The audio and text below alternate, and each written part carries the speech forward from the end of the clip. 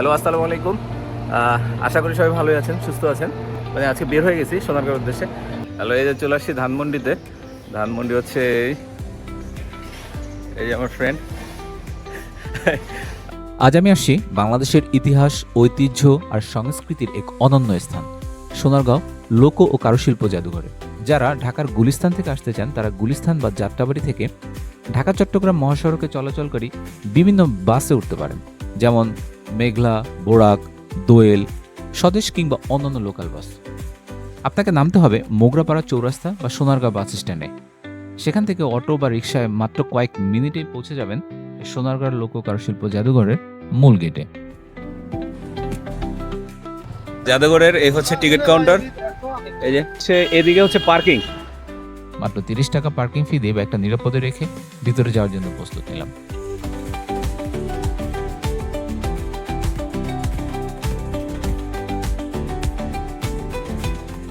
যেহেতু ছুটির দিন ছিল তাই দর্শনার্থীদের ভিড়ও ছিল বেশ ভালো। কিছুক্ষণ লাইনে দাঁড়িয়ে টিকিট সংগ্রহ করলাম। টিকিট নিয়ে নিয়েছি, সেটা হচ্ছে এন্ট্রি হচ্ছে 50 টাকা করে এই দুইটা, আর হচ্ছে সর্দার বাড়ির ওই বাড়ির জন্য হচ্ছে 100 টাকা। শিক্ষার্থীদের জন্য রয়েছে বিশেষ সুবিধা, তাদের টিকিট মূল্য হচ্ছে মাত্র 30 টাকা। ঢুকতেই হাতের বাম পাশে চোখে পড়বে সোনারগাঁর সবচেয়ে আকর্ষণীয় অংশগুলোর একটি ঐতিহাসিক বড় সর্দার বাড়িতে। প্রায় 600 বছরের পুরনো এই ঐতিহাসিক স্থাপনাকে ঘিরে রয়েছে নানা ইতিহাস ও জনশ্রুতি।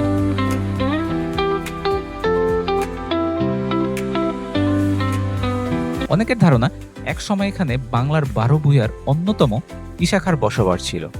আবার অনেকেই এই স্থানটিকে ইশাখার জমিদার বাড়ি নামেও উল্লেখ করে থাকেন।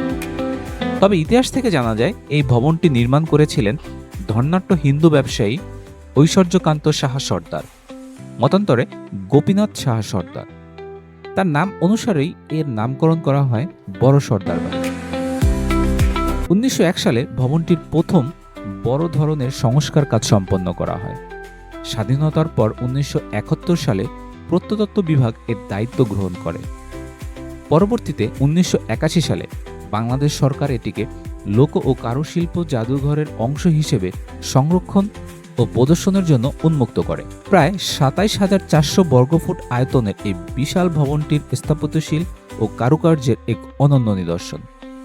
ভবনটির নিচতলায় রয়েছে 47টি কক্ষ এবং দ্বিতীয় তলায় রয়েছে আরও 38টি কক্ষ, অর্থাৎ মোট 85টি কক্ষ নিয়ে গড়ে উঠেছে এই রাজকীয় স্থাপনা। প্রতিটি দরজা, জানালা ও দেয়ালের নকশা দেখলেই বোঝা যায় সেই সময়কার ধনী ব্যবসায়ী ও অভিজাত পরিবারের রুচি, সৌন্দর্য ও আভিজাত্যের ছাপ। বাড়ির ভিতরে প্রবেশ করতেই সবার আগে চোখে পড়বে শতবর্ষী একটি বিশাল পালঙ্ক, যা ভবনের ঠিক কেন্দ্রস্থলে সংরক্ষিত রয়েছে। এটি দর্শনার্থীদের বিশেষভাবে আকর্ষণ করে। আগে দর্শনার্থীরা দ্বিতীয় তলায় উঠতে পারতেন, তবে বর্তমানে সংরক্ষণের স্বার্থে উপরের তলায় প্রবেশ সীমিত করা হয়েছে। বর্তমানে বাড়ির নিচতলা 47টি কক্ষে সংরক্ষণ করা হয়েছে হারিয়ে যাওয়া প্রাচীন বাংলার অসংখ্য স্মৃতিচিহ্ন, যা আমাদের অতীত ইতিহাস ও সংস্কৃতির সঙ্গে পরিচয় করিয়ে দেয়।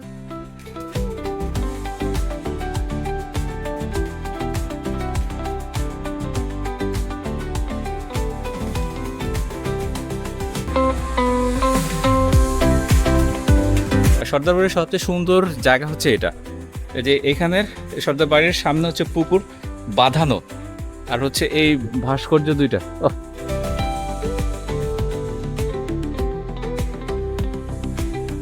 সত্যি বলতে বড় সর্দার বাড়ির প্রতিটি দেয়াল, প্রতিটি কক্ষ আর প্রতিটি কারুকাজ যেন অতীত বাংলার এক একটি জীবন্ত গল্প বলে যায়।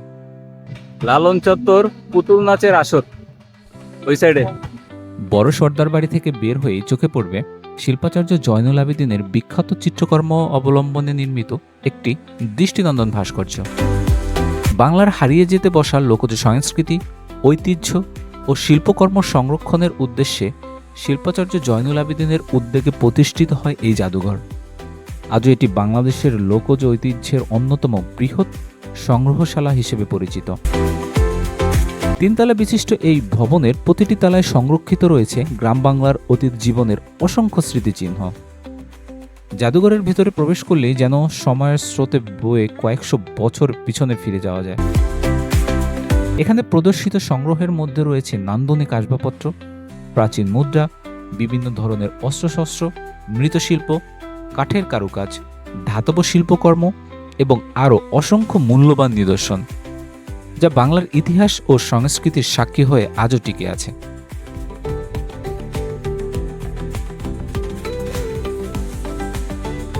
তবে সবকিছুর মধ্যে সবচেয়ে বেশি নজর কাড়ে বাংলার গর্ব নকশিকাঁথা।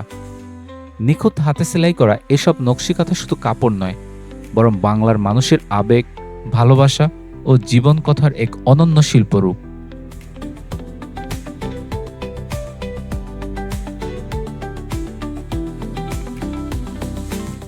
সোনারগাঁর নাম শুনলে সবার আগে মনে আসে বিশ্ববিখ্যাত জামদানি শাড়ির কথা।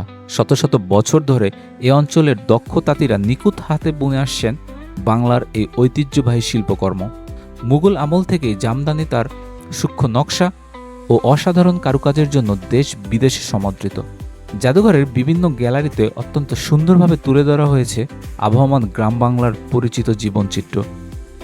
কৃষকের মাঠে কাজ করা, কারিগরি নিপুণ হাতে শিল্পকর্ম তৈরি, গৃহস্থলী পরিবারের দৈনন্দিন কর্মকাণ্ড, সবকিছু এখানে জীবন্তভাবে উপস্থাপন করা হয়েছে।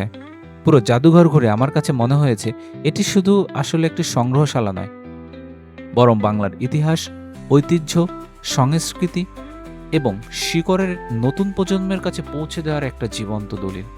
আপনি যদি বাংলার প্রকৃত ঐতিহ্যকে কাছ থেকে অনুভবন করতে চান, তাহলে সোনারগাঁর এই লোক ও কারুশিল্প জাদুঘরে অবশ্যই আপনার ভ্রমণের তালিকায় থাকা উচিত।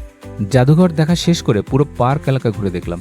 চারপাশে অনেক সুন্দর লেক, সবুজ গাছপালা আর বেশ কয়েকটা মনোরম ব্রিজ রয়েছে। যারা ফটোগ্রাফি করতে ভালোবাসেন তাদের জন্য এখানে অনেক ফটোজেনিক স্পট রয়েছে। এদিকে রয়েছে লাইব্রেরি এবং লোকজ কারুশিল্পের দোকান। চাইলে এখান থেকে বিভিন্ন ঐতিহ্যবাহী হস্তশিল্প এবং স্মারক সংগ্রহ করতে পারেন। সবচেয়ে ভালো লেগেছে জায়গাটির বিশাল খোলা পরিবেশ। পরিবার, বন্ধু কিংবা প্রিয়জনদের নিয়ে সারাদিন সুন্দর সময় কাটানোর জন্য একটা আদর্শ জায়গা। এছাড়াও ভিতরে ফুচকা, চটপটি, আইসক্রিম, কোমল পানীয় সহ বিভিন্ন ধরনের খাবারের দোকান রয়েছে। সত্যি বলতে ইতিহাস, সংস্কৃতি আর প্রকৃতির সৌন্দর্য সবকিছু একসাথে উপভোগ করতে চাইলে সোনারগাঁও অবশ্যই আপনার ভ্রমণ তালিকায় থাকা উচিত। শেষ আমাদের হচ্ছে সোনারগাঁ ভ্রমণ, এখন বের হয়ে যাচ্ছি। আজকের মতো এখানে শেষ করছি। আশা করি ভিডিওটি আপনাদের ভালো লেগেছে। যদি ভালো লেগে থাকে তাহলে ভিডিওটিতে একটি লাইক দেবেন, কমেন্ট করে জানাবেন আপনাদের মতামত। আর নতুন হলে অবশ্যই চ্যানেলটি সাবস্ক্রাইব করে পাশে থাকবেন। দেখা হবে নেক্সট ভিডিওতে নতুন কোনো জায়গায়। ততদিন ভালো থাকবেন, সুস্থ থাকবেন। আসসালামু আলাইকুম।